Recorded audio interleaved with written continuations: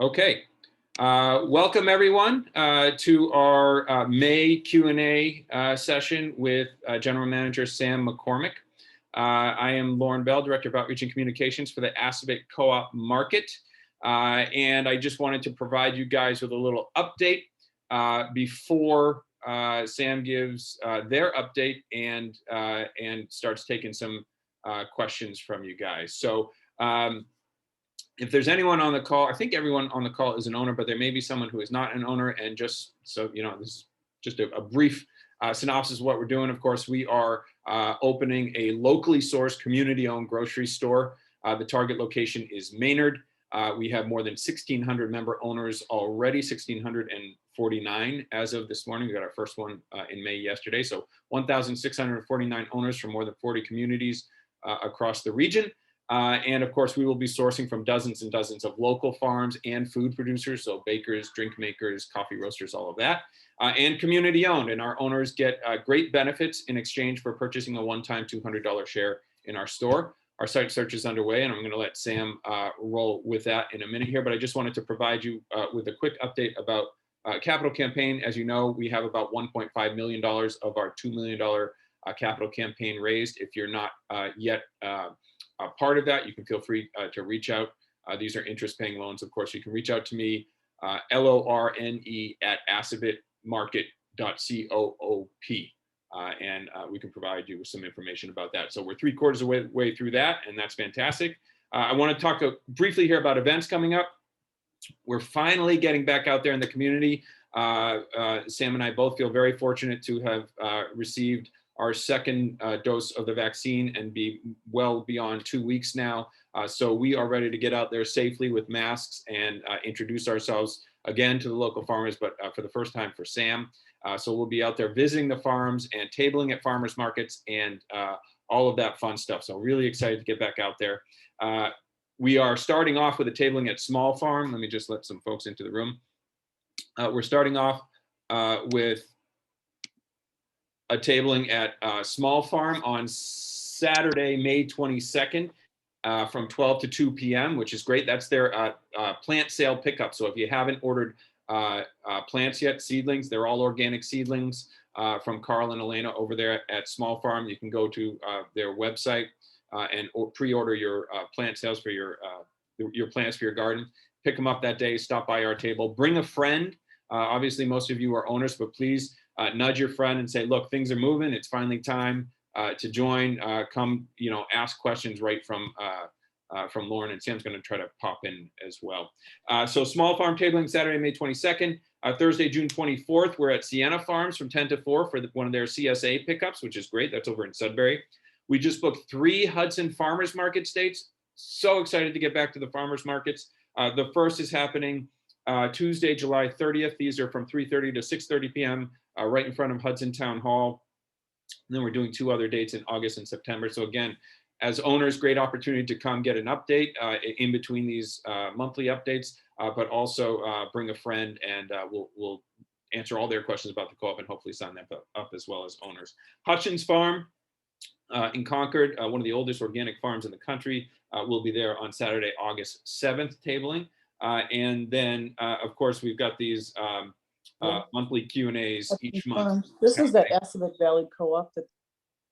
I'm just going to ask you guys, if you're not muted when you come in, it's supposed to automatically mute you, but just please ask that you mute yourself. That way it'll make it a smoother audio. And yeah, each month the board is providing updates on our site progress, and followed by a Q&A with Sam. So this is the most recent one for May, which followed Friday evening's board update, which was a pretty exciting update. So without, grant writing committee, we're looking for folks with grant writing experience. So if you have some, or owners have some, please have them reach out to me, Lauren, LORNE, at assabet.market.coop. And we have a new board nominations committee that's spinning up, which is pretty exciting, because that is, of course, a crucial piece of putting together our leadership team. Right now, we are 9 members strong, I believe, on the board, but come the fall, we'll definitely be looking for new folks. So that's getting spun up now. Grant writing committee and board nomination committee. Without further ado, I'm going to unpin myself, and I'm going to, just a couple of one quick thing here. With questions, if you have questions during Sam's chat, feel free to put them in the chat box at the bottom. And when we get to the end, Sam can address those. Otherwise, when we get to the end, you can simply unmute yourself for the Q&A portion. And when you're ready to ask your question, and just ask Sam a question. So now, without further ado, I'm going to stop talking, thankfully, and turn this over to Sam. Thanks, Sam. Thank you, Lauren. And just to reiterate the piece on the committees, if you can't remember who to contact, it's in the board update. If you aren't able to think of anyone else, you can always email board@assabetmarket.coop if you have interest in volunteering, and that will get filtered over to Lauren and myself. So just to keep that in mind. And like Lauren said, that was a big update on events. And I don't want that to be taken lightly. That's big for us, for everybody. I think right now, the fact that we're able to be back out in the community, it's really important. It's important not just for our visibility, but for the fact that this is a community-owned space, and for us to connect with community members is, for me, one of the most important things. So I'm really excited about that. Look out for some maybe fun and games around that. We're kind of tossing around some ideas, maybe doing a version of Where's Waldo, but with Where's Sam? Because I may not be at all of every event, but I'll certainly be showing up at different tabling events and farmers markets and stuff. So we're gonna try to tag in something fun around that. I appreciate everyone who's here today. Apologies that we haven't, this one is not on quite the same schedule. It's not quite a month out from the last one, but with Mother's Day coming up, we did not want to interfere or overlap with plans that folks might be having next weekend.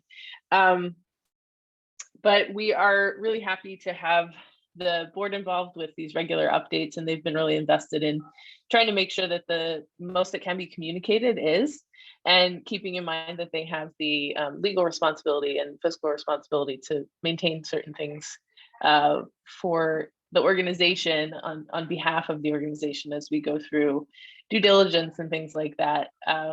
So just keeping that in mind. All right, so I just wanted to keep to the general format of last time. So I'll give some updates on just our infrastructure development, the things that are happening behind the scenes that are less visible, but are the pieces that we have that we're working towards when we have an open store. Can talk about the general site update and also some folks we've been talking with in the community. So last time I talked a bit about some of our staffing work and our vendor planning that we have going on, and those are pieces that are continual. So the vendor planning, we now have a couple of owner volunteers who they volunteer on our store development committee, but they both have grocery buying experience, and they're helping to do research on local vendors. We essentially have a very long list of local vendors, and we don't know all of them, so we need to get more information and get some more details as we move forward with our process. So we have two folks who are supporting that work, which is really great. And I can't emphasize enough the value that the owners who are volunteering on different committees brings to us. It really is a way that we can outwork a lot of startups, in the sense that, like, volunteer support, it really is essential to us moving certain pieces forward in a cohesive and a rapid manner, more than the capacity that I myself or Lauren, us as the two staff, could do on our own, right? Other exciting developments, we have a few folks who are now on our social media outreach team, and you'll get to see some great updates from those folks moving forward. We have kind of multiple purposes in that. Lauren has been faithfully the person who has been doing all of our social media updates, and it is time consuming, and we would love for him to have more support in that work. Also, I would personally love it for him to be more free to do some of this other stuff, to be more present in the community, to be more able to be more active within our campaign work and things like that. So I really appreciate the folks who stepped up in that capacity, and you'll get to know them as time goes on. There will be some fun announcements on Facebook you can look out for. We also have, to reiterate the nominations committee, just the importance, and not to be redundant to what Lauren said, but more details on the process. So traditionally, the annual meeting is the place at which those nominations are confirmed. And so if you think of a process and working backwards, the nominations committee is getting created now so that over the summer, a slate of candidates can be put together so that at least a month prior to that annual meeting, folks have the opportunity to assess the candidates and get to know them and hear more about them before having to vote. So it's important for us to have the support, and the goal is to have at least 1 or 2 more folks join that committee right now. So if you feel like you have the capacity and you have experience within governance and would like to support that process, that would be great. Sorry, I have just a little, all the spring rain is giving me a tickle in my throat there. All right. So some of the infrastructure stuff that I also wanted to touch base on had to do with, you know, we're in this place, in this middle ground. So our site process having movement, right? And by movement, I mean, we have options that we're doing due diligence on, and that's really exciting. It also means that there are a lot of unknowns as far as timeline goes. So some of the things that we can do during this period where we don't have certain set dates is we can prepare for the unknown with our infrastructure, right? So we can talk with reps about equipment. I'm getting to know and having conversations with GMs in the Northeast region about some of the different sourcing that they've done versus some of the national sourcing that exists. So really just trying to compare the best options for the co-op so that when we get to the point where we say we actually have a site, we have a project timeline, and we have to go, that as many pieces as possible we can have prepared and laid out ahead of time so that our decision making throughout the process has been preempted a bit, because there will be a lot of decision making fatigue. If anyone has ever experienced the process of building something out, you get to a certain point where, you know, people are holding up floor tiles and you're like, I don't know if I really care at this point if they're cream or gray. Like, just pick the most functional one. So really trying to preempt some of that, right? And again, some of my background with construction is really helpful so that I can think through this from the perspective of having been a part of and run construction process and project management. So, you know, I get kind of granular when it comes to some of this stuff. So I found I have project management software that I'm messing around in. I'm putting different pieces in and, you know, attaching them to each other. So if we start to say we have a go date, then we get to move everything into place. So that's some of the work that I tend to do in the background in preparation of hiring a project manager and having somebody who's going to do the day-to-day paperwork and prep for the project. My goal is to be as prepared as possible for that person coming in to support this process. I really think it'll help everything to move more smoothly. Additionally, as we go through this, I've been thinking through and talking with folks on our team and on the board about just like the greening of this space. And we have an awesome group of folks on the Steward Development Committee who they did a subcommittee that was the green team. And they came up with a list of recommendations to the board on things that would be really excellent to have in the space to make us as eco-friendly as possible. And beyond that, like I think going beyond eco-friendly and going into like sustainability and how can we support the watershed that we're in and how can we support other aspects of, you know, having to take up a footprint as a retail space, like what are the things that we can do to contribute positively back into the environment instead of just being like neutral.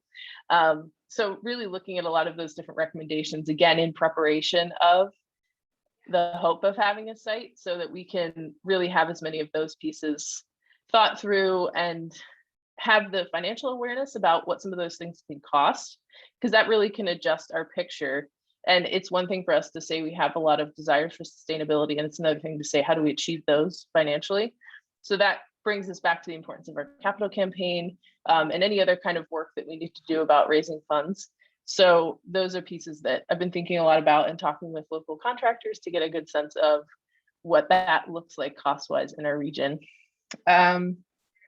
Which really brings us back to the board's update on the site. So I don't want to leave that unspoken to. So again, we're staying intentionally vague and know that, and it's not to be frustrating.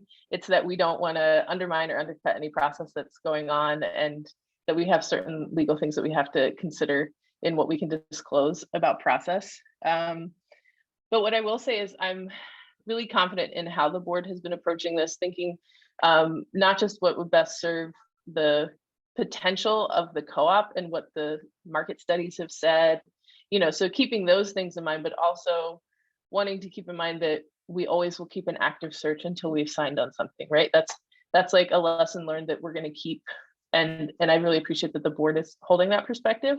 So we're going to always look at options as they come up, even if we're doing due diligence on sites that we think are promising, right? That's a really good practice to have, so that if for any reason, due diligence were to show that, there's certain abatement that needs to happen with this site, or something that's going to cost us beyond what our budget allows for, it gives us other options to look at. So I really appreciate that the board is holding that space and that perspective. And beyond that, I have to stay just as vague as the board. But I can say it's been great to be able to have something that is a viable option to do due diligence on. Like, that's very promising, and as soon as we can be more specific, we will. So I think that brings me to my conclusion for now. So do we have any questions? Any thoughts? There were, there were a couple of questions in the chat. I don't know if can you see those questions? I can read them. I can, yes, I can. The email list thing is actually that's a technical thing about MailChimp, which I handle. And Mark, if someone is not receiving the general update email, just email me with the email that you want added, and I'll look at your record or that person's record if they're already in there, but there's an old email, and I can make that change. So just let me. Lauren, could you do a favor and drop your email and the board email into the chat right now? That would be great. That way folks have that. Let me put that in there. And then I see a question from Jason to everyone. Any estimated time frame for when you can be more specific with regards to a location? It's a great question.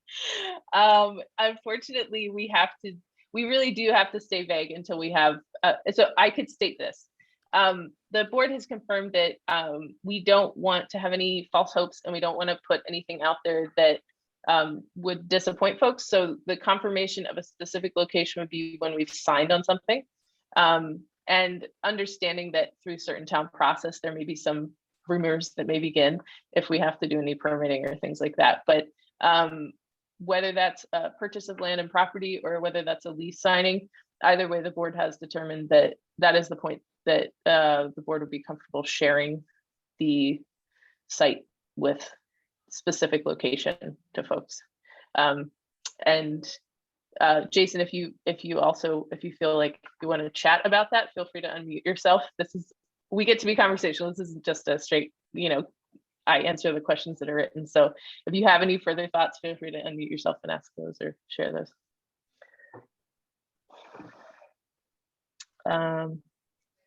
Dan mentioned that you're doing some initial discovery regarding infrastructure issues. Can you be a bit more specific about what they are?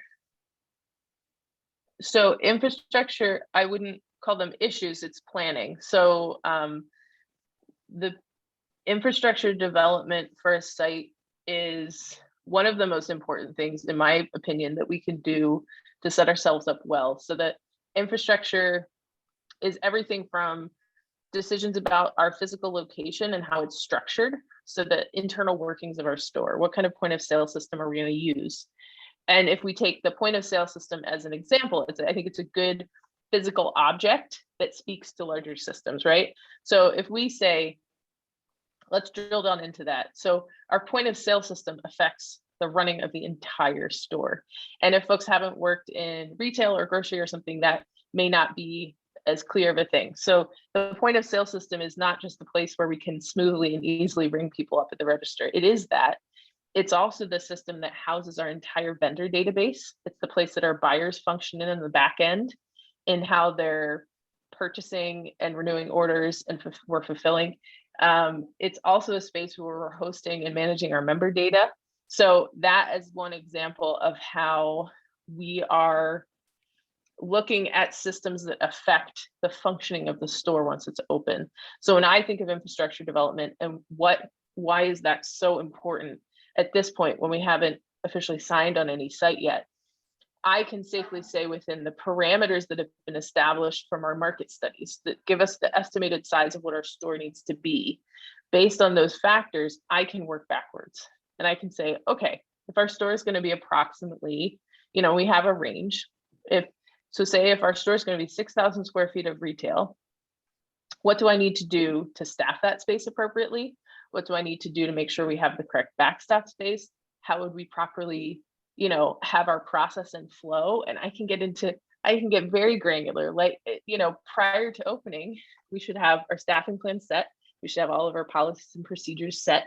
We should have all of our physical structure set, right? So this is thinking of everything from the physical, how are we prepping food in the kitchen, and then the documentation that goes with that, and all of the supporting material and flow. So I don't know if that is specific enough, but that's what I think about when we think about pre-opening infrastructure development. Yeah, that's fine.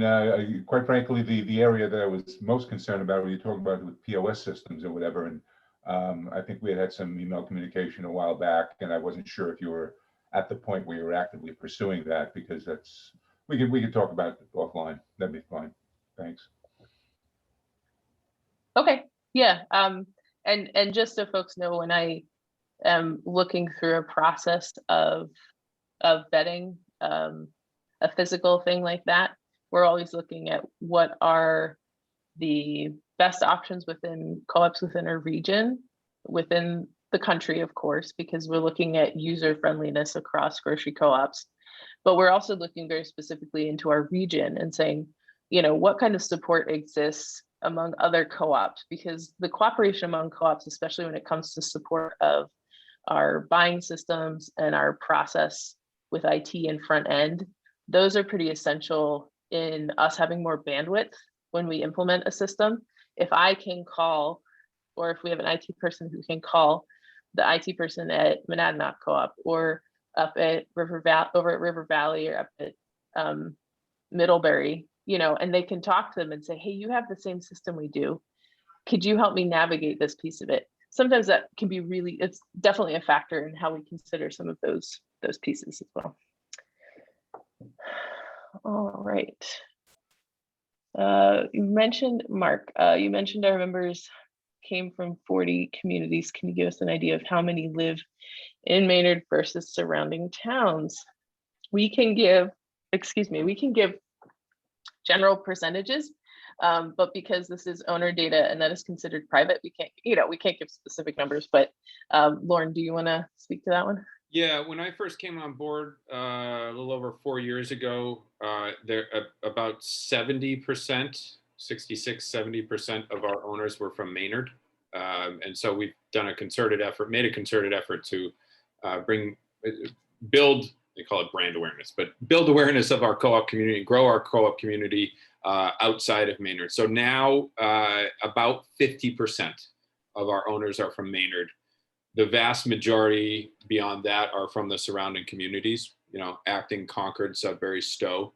And then it kind of just like our definitions of local, right? It just kind of grows in a radius around that. And we do have some owners from as far away as Texas and Seattle and California and Canada. But those folks are, few and far between, and mostly either they just really support co-ops and they love our how we're doing and want to see us open and succeed, or they have family or friends here that they come visit and want to be part of the co-op. So that's the kind of general breakdown. Good question. Lauren, can I ask a follow-up on that? Sure. So, I mean, I certainly recall the push for more owners in the surrounding towns. I don't know, last year, whenever it was, when there was the first initial site announced and the capital campaign, was in full swing and all that, that obviously brought a lot of excitement and a lot of new owners as well. As a general observation, were the new owners that came in during that time, folks in Maynard and the immediate surrounding communities who, have been sitting on the fence for a long time and finally saw some action on the site and said, now's the time to join? Or were they from farther out, or, any particular patterns that you folks noticed?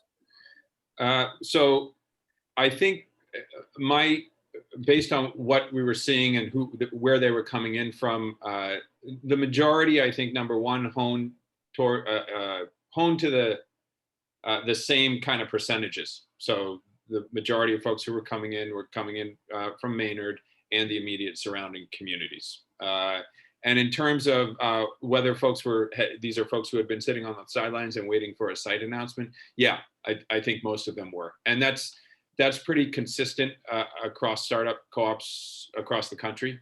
You guys know, or you probably heard, that we work with both the neighboring Food Co-op Association, which is the regional Northeast, both startup and established co-op support organization, and FCI, Food Co-op Initiative, which is the national food co-op startup organization. And both of those, basically everything they predicted, including the challenges around opening a co-op within the first or second most difficult real estate market in the country. The other is Southern California. But in terms of the timeline and how this would go, they've been pretty solid in terms of predictions. And one of the things they told us is, when you announce your site, you'll see anywhere between 100 and 300 new owners who have been waiting but wanted to have something tangible in hand, finally join. And we had, I believe, in the 8 weeks or so after we announced, I think we had 274 new owners join. So they were spot on with that too. So that's our expectation as well as we move toward, hopefully announcing our next site, is that there'll be additional folks who will come in, and we'd love to get to 1,800 owners before we open. And I think that's totally possible. I think that's a pretty conservative estimate, which puts us in a great spot. Co-ops, we see co-ops open with really minimum nowadays of 1,200 or so. But to be at 1,650 or to be at 1,800 is great. Fredericksburg Food Co-op, which just opened in Virginia, I think was at about 1,800 when they opened, and it's a sign of a really a community with really strong community support. And we a co-op. And it's and just to speak on that, I mean, that is considered essential. And I would say, from my background and experience, that this being the reverse model, this is not build it and they will come. This is, the community must be here. The community must want this. The community must have bought into this for us to build it. And like Lauren said, the timeline, I know for folks can be frustrating, but I do think with the considerations for the community and area that we're in, that the organizations that have been supporting have been very accurate in their predictions and timeline and general framework of like volume of members and things like that. And also those folks are rooting for us, right? They're rooting for Assabet co-op market to succeed and really putting the work behind it. So anything that we need, they're there to support for, along with a number of other co-op groups out there who've been supporting us throughout this process and that we're looking to join with in the future. So yeah. Do we have any other queries or questions or thoughts? We're happy to hear thoughts as well.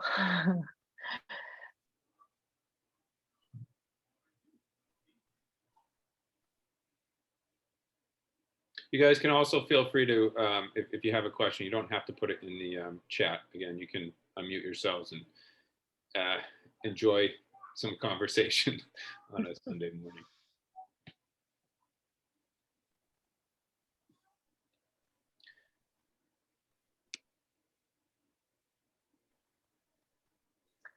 Well, in the meantime, I'll say I'm definitely looking forward to some of these events coming up. The weather is slowly but surely getting nicer out. Although I've been warned that a day in Massachusetts is like experiencing all of the seasons at once, which I'm starting to recognize is true.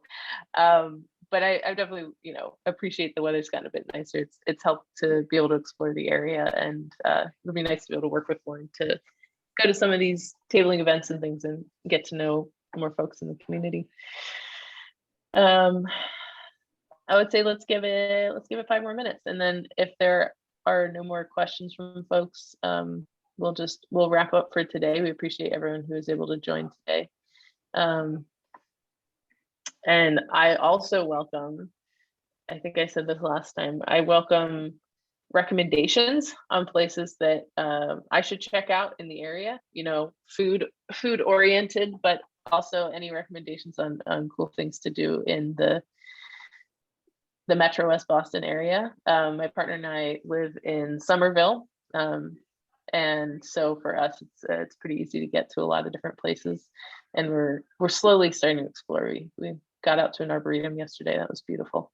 So always happy to hear recommendations as well. Yeah. All right. Well, it looks like folks are starting to peel off the call, Lauren. Yeah, that's fine. I just want to thank everyone again. Obviously, on a weekend morning, you are dedicated co-op owners, and thank you guys for all the support and joining us in the morning to have a conversation, have a little community. And really, if you don't have to bring a friend. If you don't have a friend around who is vaccinated and you want to take them out to one of our events coming up, one of our tabling events, just stop by and say hi. I'm telling maybe it's because I thrive on that stuff, but I am so looking forward to actually seeing Sam 2 feet away from me, 6 feet away, whatever, outside, fist bumping, and then seeing owners come by, stop by and say, hey, it's you have to identify yourself under the mask because it's me, and just looking forward to getting back out there, talking to the farmers and talking to all of you. So if you get a chance to come out again, we've got Small Farm on Saturday, May 22nd from 12 to 2 p.m. We're only going to be there a couple hours. It's a very busy plant sale day, and they are only doing pre-orders. So if you have a moment and you want to pre-order some seedlings for your garden plots, definitely do that, please, and come visit us on Saturday, May 22nd. Sienna Farms, Thursday, June 24th. We've got 3 Hudson Farmers Markets coming up, the first in July, then August and September. Hutchins Farm and more to come. So thank you guys so much for joining us. Thank you again so much. And we're gonna keep doing these. So even if, and just to clarify, if you are not able to make it to any of these events, if you're not able for safety, health and safety, or any other reason to make it out to events, we're going to keep doing these Q&A sessions. We're going to aim to continue to do them monthly. And we really appreciate folks who are able to join here. We will make sure that the next session is more accessible and we'll have captions. So please, apologies for not having that set up on this one, but we appreciate the note and we're going to make sure that happens on the next one. And yeah, we're looking forward to, I appreciate every moment to connect with folks and just to get to know the ownership in the community. My final ask is, if nothing else, tell other people about the co-op, right? Like, let them know where we're at, let them know what we're doing.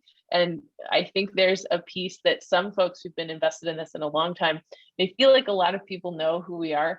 I guarantee you there are a ton of folks who have no idea what the Assabet Co-op Market is, that we are going to be a full service grocery store, that we're not just going to be a specialty store, right? Like, there's a couple of things that I think can always be said again and again. So if you have the capacity and you know folks who don't know about us, feel free to just spread the love, share, and point them to our website, give them Lauren's email. He's our outreach and communications coordinator. So I will just put that out there. But we really appreciate the support and the investment, and just keep shouting it from the rooftops. We appreciate it. Yeah. Awesome. Well, thank you everyone for coming. Have a good rest of your weekend. Get out there and enjoy the weather if you can. And we'll see you for the next update. Thank All right. you. Thank Have you. a good one, everyone. Thank you.